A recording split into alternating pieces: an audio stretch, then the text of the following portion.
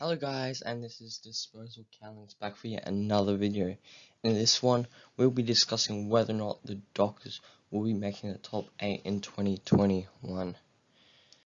Just a quick thing though before we do get into the video, I am hosting my own AFL Fantasy Classic competition, so if you want to join, the code for the invite is on the screen right now, so please join. Yeah, just join it. You'll have fun, and it tests your skill as an AFL fantasy coach against other people. Now, one of the biggest questions about the Dockers in 2021 is who will play in their backline. Now, at pick 14 in the draft, they did take Heath Chapman, who is a tall defender, and who could potentially also play as a wing and even in midfield. Perhaps the best comparison you can make is him to Geelong's Mark Bukarvis. But will he play? That is the question. So both Alex Pearce and Joel Hamling did miss the whole entire 2020 season due to injury. On top of this, Griffin Logue, another one of their tall defenders, only played 5 games due to injury. So this meant that only Luke Ryan, who previously played on the Smalls, and Brennan Cox to man their defense. Now, despite all these injuries, only Collingwood, Geelong, Richmond, and Port Adelaide conceded less points during the 2020 season, meaning they were 5th on the ladder, even though 3 of their 5 tall defenders were injured.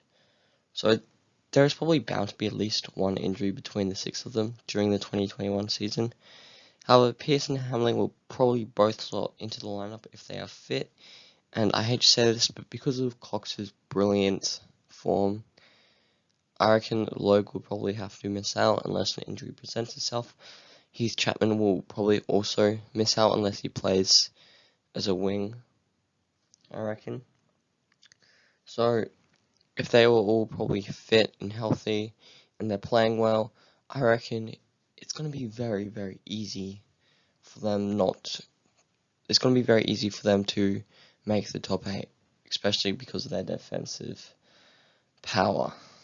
So, the next factor we're probably going to consider in this question is the Dockers' young midfield. Now, Brayshaw averaged 19.9 disposals, 4.9 tackles, and 3.1 clearances in 2020. Sarong averaged 16.9 disposals, 4.3 tackles, and 3.4 clearances, while Chair averaged 17.4 disposals, 3.8 tackles, and 2.1 clearances. Now, these aren't big numbers, but you must remember that it's probably 20% less than it should be. And on top of this, they were all going to improve. Brayshaw and Chera are both going to their 4th year, while Sarong's going to come into his 2nd year. So these numbers will definitely improve. They will also spend more time in the guts, meaning they will improve because all of them either spent very long periods of time on the bench, or they did spend time on the wing or in the forward line. So I reckon they'll also push Fyfe out of the midfield, and all that would impact would be not their midfield, it would only impact their forward line as Fyfe. I'm pretty sure about this one, was actually drafted as a forward, so he definitely does know how to play forward. On to their key forwards. Now, Matt Taberner was excellent in 2020. He kicked 29 goals and 13 behinds, and actually was 60.4%. Now, this isn't freakishly high, but it is pretty high, and he has shown himself to be a reliable goal kicker. However, where they need to improve is Rory Lobb. Now, Lobb has had issues with his kicking accuracy in 2020 with that ridiculous run-up, that starter step taken to the extreme. He only managed to get 10 goals and 6 behinds, and actually a 45.5%. Now that's very low. Probably, if he does improve his accuracy, the volume of goals will increase, but he also probably needs to take more forward 50 marks. He is very good inside 50, but if he's kicking that accuracy, he does need to take a lot more marks inside the forward 50 to make up for this. So if Lobb does improve though, and kicks 20 plus goals, maybe even 30 plus, around an accuracy of 60%, maybe even just 55%.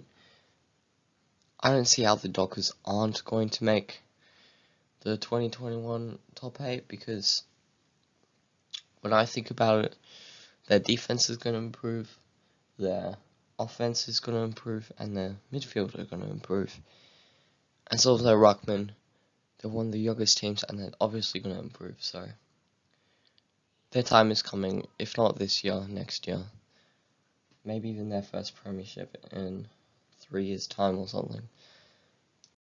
So the next big question is the impact of Nat Fyfe. Now, he has previously won 2 Brownlow medals in the midfield, but most people expect him to be playing 50-50 forward midfield.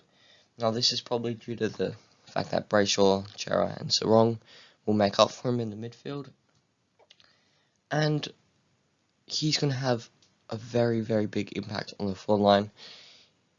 If I was a defender, I would feel pretty nervous if I was playing on Nat Fyfe, kind of similar to Dangerfield. They just both have explosiveness that you don't see in some small forwards, because they also possess the strength needed to have the power and explosiveness and to take big contested marks as well. So he might take some attention off Lobb and Taberner, which will be good, as well as Michael Walters, meaning Michael Walters could probably kick a few more goals. So anyway guys, thanks for listening. Please like and subscribe. Hopefully you enjoy the rest of your day.